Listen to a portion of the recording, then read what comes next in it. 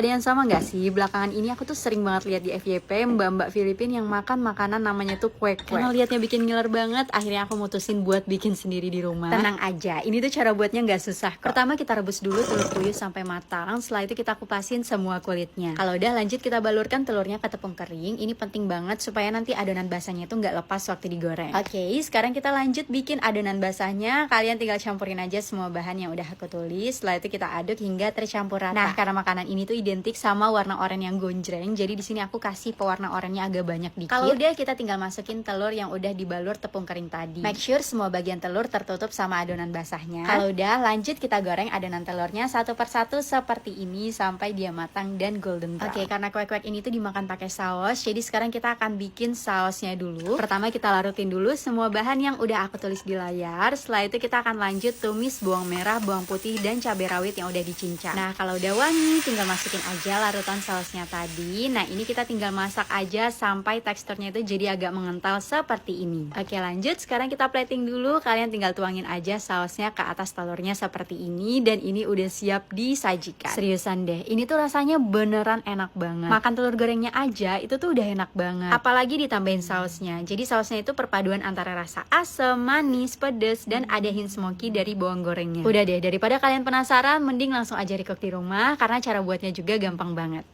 Setelah jadi orang tua, waktu berduaan bareng suami itu jadi momen yang paling langka. Nah, kebetulan Zaya tuh lagi tidur. Jadi hari ini aku tuh pengen bikin steak untuk makan siang berdua bareng Pak. Biar kayak ala-ala pacaran gitu. Oke, sebelum kita buat steaknya, di sini aku mau buat side dishnya dulu. Ini aku mau bikin mashed potato. Dan biar lebih satset, di sini aku halusinnya pakai chopper aja. Oke, karbonya udah. Lanjut untuk sayurannya, di sini aku pakai brokoli. Nah, jangan lupa sebelum kita rebus brokolinya, kita rendam dulu pakai air garam. Nah, hari ini aku tuh mau bikin dua versi steak karena dia tuh pecinta salmon, sedangkan aku tuh tim daging. Untuk bumbu dagingnya juga simple banget. Di sini aku cuma pakai black pepper sama garam. Oke, sekarang kita masak salmonnya dulu. Nah, biar makin juicy dan wangi, jangan lupa di basting pakai butter, garlic, dan rosemary. Kalau udah, biar kelihatan lebih cantik dan fancy, di sini aku mau plating bareng kentang sama brokolinya. Oke, sekarang kita lanjut masak steak dagingnya. Cara masaknya sebenarnya mirip aja, cuman kalau untuk daging di awal tuh kita harus render dulu dagingnya. Dan untuk tingkat kematangan steak itu sebenarnya personal banget sih. Aku sendiri tim well done karena suka yang matang merata dan juicy-nya itu tetap dapat. Dan ini dia steak daging dan salmon yang udah jadi. Kadang quality time tuh nggak harus keluar rumah kok. Justru momen kecil kayak gini nih yang nantinya jadi paling berkesan karena sederhana tapi bikin kenyang dan bahagia.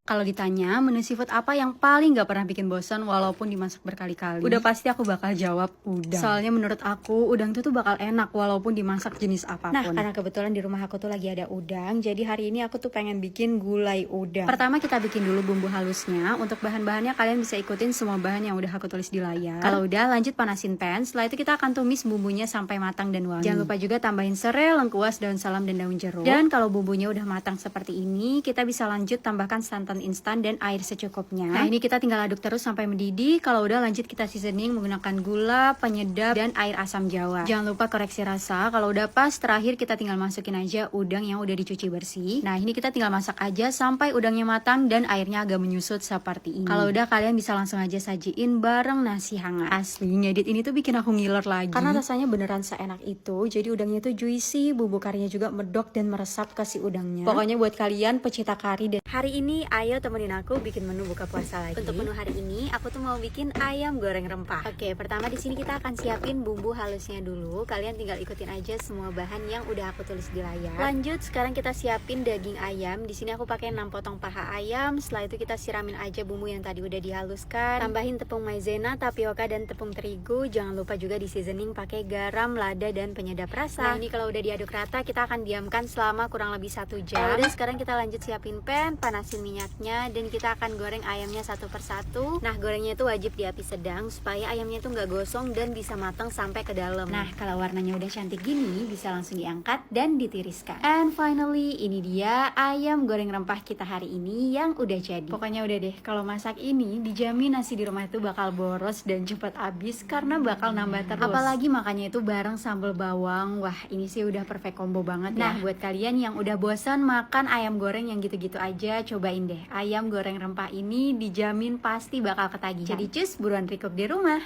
Gak kerasa udah bulan puasa lagi. Kalian siap-siap karena aku bakal seliweran di FYP sambil bagi-bagi inspirasi menu sahur atau berbuka puasa. Nah, kali ini aku mau bikin menu yang cocok untuk menu berbuka. Cara bikinnya gampang banget. Pertama masukin 2 butir telur, 3 saset coklat string vanilla, dan sedikit pasta vanilla. Di sini aku nggak pakai gula tambahan karena pemanisnya udah dari si coklatosnya. Nah, ini tinggal diaduk rata, kemudian masukkan bahan lainnya, lalu aduk rata lagi. Pastiin udah nggak ada tepung yang menggerindil di adonannya, kemudian resting adonan kurang lebih 20 menit. Selagi nunggu, aku mau bikin minuman coklat creamy. Ini tuh minuman coklat dengan krim limpah yang buatnya gampang dan mudah larut meskipun pakai air dingin. Pokoknya ini tuh creamy, bikin happy. Oke, lanjut. Sekarang kita panasin cetakan cookiesnya, olesin margarin supaya nggak lengket, dan kita masukin adonan yang tadi udah di resting. Karena aku mau teksturnya tetap lumer, jadi masaknya cukup 1-2 menit aja. Lanjut buat toppingnya, tinggal campurin 3 saset coklat string coklat, sedikit tepung maizena, dan air secukupnya. Lalu masak hingga dia mengental. Oke, ini cookies vanilanya udah selesai, dan sekarang aku mau langsung cobain. Wah, pas aku coba, ini rasa coklat dan vanila dari coklatosnya berasa banget. Ini tuh bikinnya gampang banget, jadi langsung aja recook di rumah.